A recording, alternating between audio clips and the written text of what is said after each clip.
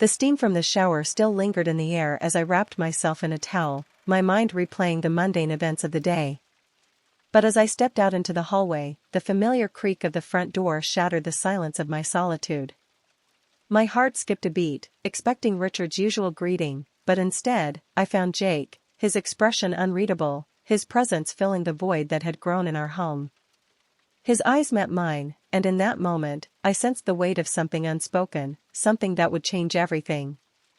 What could possibly happen after a shower that would unravel the fabric of our family? My name is Emily, and I've been married to Richard for nearly a decade. Richard has a son from his previous marriage, named Jake, who is now in his early 20s. Our life together was picture-perfect on the surface. Richard, a successful lawyer, provided for us, and I managed our home, creating a warm and inviting environment. Jake, having moved out for college, would visit occasionally, bringing with him the energy of youth and the promise of a bright future. But beneath this veneer of domestic bliss, there were cracks. Richard's work often kept him away, leaving me in a house that felt increasingly empty. The silence was deafening, the rooms echoing with the absence of laughter and conversation. Jake's visits were a breath of fresh air, a reminder of the vibrancy that seemed to be missing in my daily life. His presence filled the void, even if just for a short while. One evening, after a particularly long day, I decided to take a long, hot shower to unwind. The steam filled the bathroom, creating a cocoon of warmth that enveloped me. I let the water cascade over me, washing away the day's stress, the droplets drumming a soothing rhythm on the tiles. Little did I know, this simple act would lead to a cascade of events that would unravel the fabric of our family. As I stepped out of the shower, wrapped in a towel, I heard the front door open. Assuming it was Richard, I called out to him, expecting the usual response. But there was silence. A chill ran down my spine, not from the cold, but from the unexpected quiet. I moved through the house, the dampness of my hair leaving a trail behind me. In the living room, I found Jake, his back to me, his posture tense. He turned slowly, his eyes meeting mine, and there was something different in his gaze. A mix of guilt and something else, something I couldn't quite place. "Jake? What's wrong?" I asked, my voice barely above a whisper, the towel slipping slightly as I clutched it tighter. He hesitated, then stepped closer, his voice low. "Emily, I need to tell you something. It's about Dad." My heart skipped a beat. The air seemed to thicken, the room closing in around us. What could possibly happen after a shower that would change everything? Jake's next words hit me like a physical blow. "I saw something today, something I wasn't supposed to see. Dad, he wasn't at work like he said he was." The implications of what Jake was suggesting sent my mind reeling. Richard, the man I had built a life with, the man I trusted implicitly, could he be leading a double life? The thought was like a knife twisting in my gut. Jake continued, his voice strained with the weight of his confession. "I followed him after he left the office. He went to a hotel, Emily. And he wasn't alone." The room spun slightly as I processed this. My perfect life, the one I had so carefully curated, was now tainted with suspicion and betrayal. The shower, meant to cleanse, had instead led to a revelation that would change everything. I stood there, the towel now feeling like armor against the storm of emotions brewing inside me. Jake's face was a mirror of my own turmoil, his youth suddenly seeming like a burden as he bore the weight of this secret. "What do we do now?" I whispered, the question hanging between us, heavy with the unknown.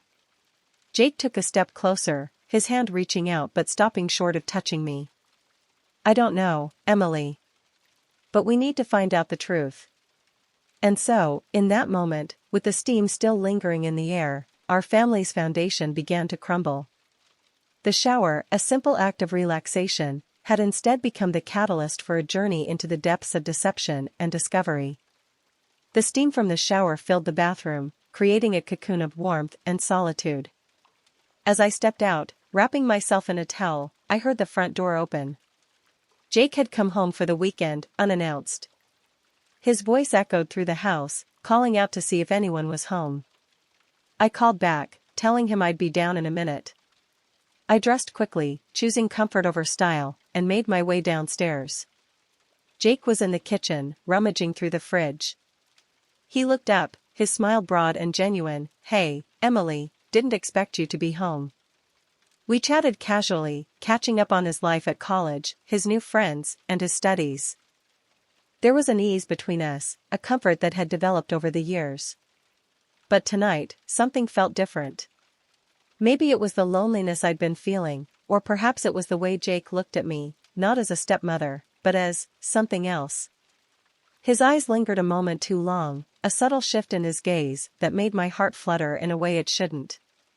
I tried to brush it off, focusing on the mundane, asking about his favorite classes, his plans for the summer. Yet, there was this undercurrent, this unspoken tension that seemed to pulse between us. Jake's voice was softer now, almost hesitant. "You know, Emily, I've been thinking a lot about family, about us. It's not just about Dad anymore. There's you, and there's me, and I guess I've been feeling things I shouldn't." I felt my cheeks warm, not just from the lingering heat of the shower, but from the implications of his words. "Jake, we need to be careful," I managed to say, my voice a mix of caution and curiosity. He nodded, his eyes searching mine for something, perhaps understanding or forgiveness. I know. But it's hard when you're here, and you're so, you. And with Dad, well, you know how things have been." The mention of Richard brought a sharp reminder of the earlier revelation. The image of him at the hotel, not alone, flashed through my mind, stirring a cocktail of emotions, anger, betrayal, and an unexpected sense of freedom. Jake sensed the shift in my mood. "I'm sorry, I shouldn't have brought that up. It's just, I've been carrying this around, and seeing you, it's like I can breathe again." I reached out, my hand resting on his arm, a gesture meant to comfort, but which felt charged with something more. "Jake, we're family. We need to figure this out together, but we have to do it the right way." He covered my hand with his touch sending a shiver through me. "I know.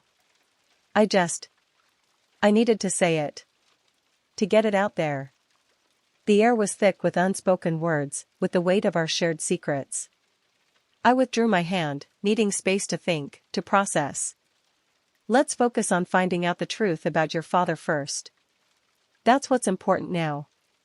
Jake nodded, his expression one of resolve mixed with a hint of disappointment. "You're right. We'll do this together. But Emily, whatever happens, I want you to know, I'm here for you." The kitchen, usually a place of mundane family gatherings, now felt like the stage for a drama unfolding. I stood up, needing to break the intensity of the moment. "I'll make some tea. We can talk more, plan what to do next." As I moved to the kettle, I felt Jake's eyes on me, a silent conversation continuing even as we spoke of other things. The tea would help, I thought, a normalcy to cling to amidst the chaos of our unraveling family life. But as I set the cups down, I couldn't shake the feeling that this was just the beginning, that the steam from the shower had not only clouded the mirrors but also the future of our family. After dinner, we settled in the living room with glasses of wine, the conversation flowing effortlessly. Jake shared stories of his adventures, and I found myself laughing, feeling more alive than I had in months. As the night deepened, the wine bottle emptied, and our inhibitions lowered. It was then, in a moment of vulnerability, that Jake confessed he had always admired me, not just as his stepmother, but as a woman. The air changed, the room felt charged with an unspoken tension. I should have stopped it there, but I didn't. Instead, I found myself leaning in, drawn by the forbidden allure of his youthful admiration. The kiss was unexpected, a soft brush of lips that ignited something within me. It was wrong, so wrong, but in that moment, it felt like the only right thing. We pulled back, both shocked at what had just transpired. I could see the confusion in Jake's eyes, mirroring my own. "Emily, I'm sorry, I didn't mean for that to happen," he stammered, his voice a mix of regret and desire. I took a deep breath, my heart pounding in my chest. "Jake, we can't, this isn't right," I whispered, though my body betrayed my words, yearning for the warmth of his touch. He nodded, his gaze dropping to the floor. I know, But it's hard when you're here, and you're so, you, he said, echoing his earlier sentiment, his voice thick with emotion. The silence that followed was heavy, filled with the weight of our shared secret. I stood up, needing to move, to break the spell that seemed to bind us in that moment. We need to focus on what's important, I said, trying to steer us back to the reality of our situation. Your father, Richard, we need to find out the truth about him. Jake looked up, his expression one of resolve. Yes, you're right. We should do that. But Emily, I need you to know, I'm here for you, no matter what happens. I nodded, feeling the gravity of his words. I appreciate that, Jake. Let's just take this one step at a time. We moved to the kitchen, where I busied myself with making tea, an attempt to ground us in normalcy. As I poured the hot water into the cups, I could feel Jake's eyes on me, a silent conversation continuing even as we spoke of other things. The steam from the kettle rose, mingling with the remnants of the shower steam from earlier, as if the whole evening was enveloped in a haze of confusion and desire. Sitting down with our tea, the tension was palpable. So, how do we start? Jake asked, his voice now steady, focusing on the task at hand. We need evidence, I said, my mind racing through the possibilities. We need to know where he goes, who he's with. Maybe we can check his phone, his emails, or follow him again. Jake nodded, his face set in determination. I can try to get into his office. He might have something there, or at least some clues. And I'll look around here, I added. Maybe there's something he's left behind, some hint of his other life. As we planned, the earlier kiss lingered in the back of my mind, a forbidden fruit that had been tasted, its sweetness now a bitter reminder of the complexities of our situation. The room seemed to close in around us, the walls whispering secrets and the shadows casting doubts. We'll do this together, Jake said, reaching out to squeeze my hand, a gesture of solidarity that felt both comforting and charged with the memory of our earlier indiscretion. Yes, together, I agreed, my voice firm, though inside, I was a tumult of emotions. The tea had cooled, but the heat between us hadn't dissipated. We were on the brink of uncovering a truth that could shatter our family, yet here we were, bound by a secret that was equally as dangerous. The night stretched on, our conversation shifting from plans to personal confessions, from the betrayal of Richard to the unspoken feelings between us. Each word, each look, was laden with the potential for change, for destruction, or perhaps, for something new to emerge from the ashes of our old life. The steam from the shower, the wine, the kiss, it all seemed like a prelude to a storm that was just beginning to gather its strength. The next morning, the house was eerily silent. Richard had left early for work, his absence a palpable void in the air. I sat at the kitchen table, my coffee growing cold as I replayed the night's events in my mind. Guilt washed over me, but so did a strange sense of exhilaration. The kiss with Jake, the forbidden touch, it was all so wrong, yet it had ignited something within me that I hadn't felt in years.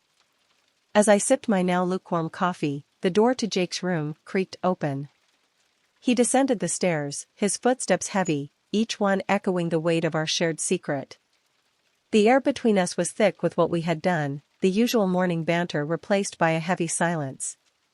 Jake mumbled something about needing to leave early, his voice barely above a whisper. I nodded, unable to find words, my heart racing as I watched him pack his bag. The mundane act of him gathering his things felt like a scene from a play, each movement deliberate, each item placed with care. The door closed behind him with a soft click, and I was left alone with my thoughts. The weight of our actions settled in, heavy and suffocating. The house seemed to shrink around me, the walls whispering our secrets. I stood up, moving to the window to watch Jake walk away, his figure growing smaller with each step he took. Would this be the end of what we had started, or just the beginning of something more? The question lingered in the air, as tangible as the steam from my coffee. I felt torn, caught between the life I had known and the unknown path that now lay before me. The day stretched on, each tick of the clock a reminder of the time passing, of the decisions that needed to be made. I busied myself with chores, trying to anchor myself in the normalcy of daily life, but my mind kept drifting back to Jake, to the kiss, to the betrayal of Richard. By noon, I found myself in Richard's study, the room where he spent so many late nights working. It felt like trespassing, but the need to know, to understand, propelled me forward. I opened drawers, rifled through papers, looking for any sign of the other life he might be leading. There, in the back of a drawer, was a small, black notebook. My hand shook as I flipped it open, the pages filled with dates, times, and initials that meant nothing to me. But there was one entry that stood out, circled in red: Hotel Rendezvous, 7 p.m. My heart sank. This was the evidence Jake had spoken of, the proof of Richard's deceit. I closed the notebook, my mind racing. What would I do with this information? Confront Richard? Or keep it to myself, letting the secret fester like a wound? The thought of confronting him, of seeing the look on his face when he realized I knew, was both terrifying and empowering. The afternoon light waned, casting long shadows across the room.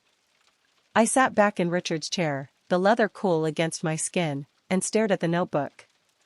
The implications of what I held in my hands were monumental. Not just for Richard and me, but for Jake, for our family. As the evening approached, the house grew darker, mirroring the turmoil within me. I knew I couldn't keep this to myself. Jake deserved to know, to understand the full extent of his father's betrayal. But telling him would also mean confessing our own indiscretion, our kiss, the line we had crossed. I picked up my phone, my thumb hovering over Jake's contact. The screen illuminated my face, casting a ghostly glow. I typed out a message, then deleted it, my fingers trembling. Finally, I settled on a simple, "Can we talk when you're back?" The message sent, I felt a mix of relief and dread. Jake would be back soon, and we would have to face this together. The silence of the house was no longer just an echo of Richard's absence, but a prelude to the storm that was brewing. I stood up, my resolve firming. Whatever happened next, I knew one thing for certain: the life I had known was irrevocably changed.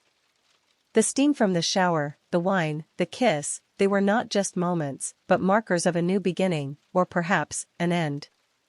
And as I waited for Jake's return, I realized that the truth, once uncovered, could not be hidden away again. It would change us, shape us, and lead us down paths we had never anticipated. But for now, I would wait, the weight of our shared secrets heavy in the silence of the house. Days turned into weeks, and the incident with Jake became a silent secret between us. Richard remained oblivious, his life unchanged, while mine was in turmoil. Jake's visits became less frequent, and when he did come, the atmosphere was tense, filled with unspoken words and stolen glances. The weight of our shared secret hung heavy in the air, like a thick fog that wouldn't lift. One evening, Richard announced he had to go away for a business trip, leaving me alone in the house for a week. That night, as I sat in the quiet living room, the same place where it all started, my phone buzzed. It was Jake. His voice was strained when he said he needed to talk. He came over, and we sat on the couch, the silence between us almost palpable. The conversation was stilted at first, filled with small talk about the weather, his classes, anything but the elephant in the room. But then, Jake broke down. His words tumbled out, a confession of feelings that had grown, that he couldn't stop thinking about that night. His eyes were filled with a mix of guilt and longing, and I felt my own emotion swirling inside me, a storm of confusion and desire. "I know it's wrong, Emily, but I can't help how I feel," Jake said, his voice barely above a whisper, his gaze fixed on the floor. I was torn between my vows to Richard and the undeniable connection I felt with Jake. The room seemed to shrink, the walls closing in around us, amplifying the intensity of the moment. I reached out, my hand resting on his, a gesture meant to comfort, but which felt charged with something more. In a moment of weakness, or perhaps strength, I leaned in and kissed him again. This time, it was not a fleeting mistake, but a deliberate choice, fully aware of the consequences. The kiss was deep, passionate, a silent acknowledgement of the forbidden path we were choosing to walk. We spent the night together, crossing a line that could never be uncrossed, our bodies speaking the words our lips couldn't form. The morning light filtered through the curtains, casting a soft glow over the room. I woke up with Jake's arms around me, the reality of what we had done settling in like a heavy blanket. The air was thick with the scent of our shared intimacy, and the weight of our actions pressed down on me. Jake stirred beside me, his eyes meeting mine, filled with a mix of regret and something else, something hopeful. "What now, Emily?" he asked, his voice hoarse from sleep and emotion. I sat up, pulling the sheet around me, feeling the coolness of the morning air against my skin. "I don't know, Jake," I admitted, my voice shaky. This changes everything." He nodded, his expression somber. "I know. But I also know that last night, it felt right. It felt like we were meant to be here, together." The truth of his words hit me hard. Last night had been a revelation, a moment where everything else fell away, leaving only us, our desires, and the raw honesty of our connection. But now, in the harsh light of day, the implications of our actions loomed large. "We need to think about Richard," I said, the name feeling like a betrayal on my lips. "He'll be back soon, and we can't just pretend this didn't happen." Jake sighed, running a hand through his hair. "I know. But Emily, what if this is what we both need? What if this is where we're supposed to be?" The question hung between us, heavy with implications. I stood up, wrapping the sheet tighter around me, feeling the need to move, to think. "We need time, Jake. Time to figure out what this means for us, for Richard, for our family." He watched me, his eyes following my every move. "I'll give you space, Emily. But know that I'm here, and I'm not going anywhere." As he left, the house felt emptier than ever. The silence was no longer just the absence of sound, but a reminder of the choices we had made, the secrets we now shared. I moved through the rooms, each step echoing with the weight of our night together. The living room, the kitchen, every corner seemed to whisper our indiscretions.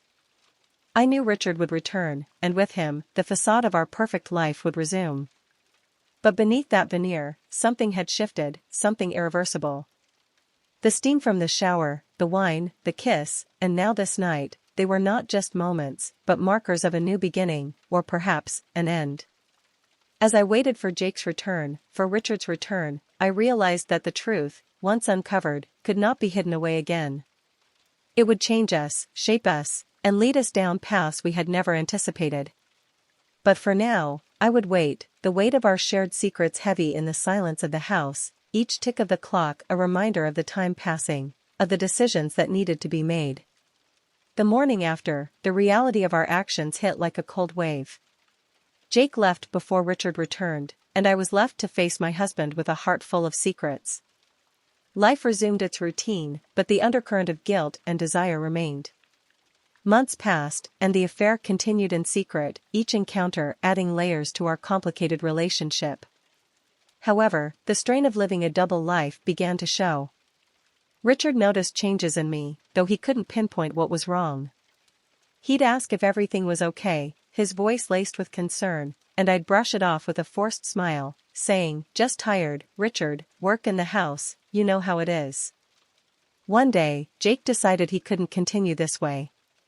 He loved me, but he also couldn't bear the deceit. He moved out, leaving a letter for Richard, explaining everything. I remember the day he left, the house felt colder, emptier, as if the warmth of our secret had been the only thing keeping it alive.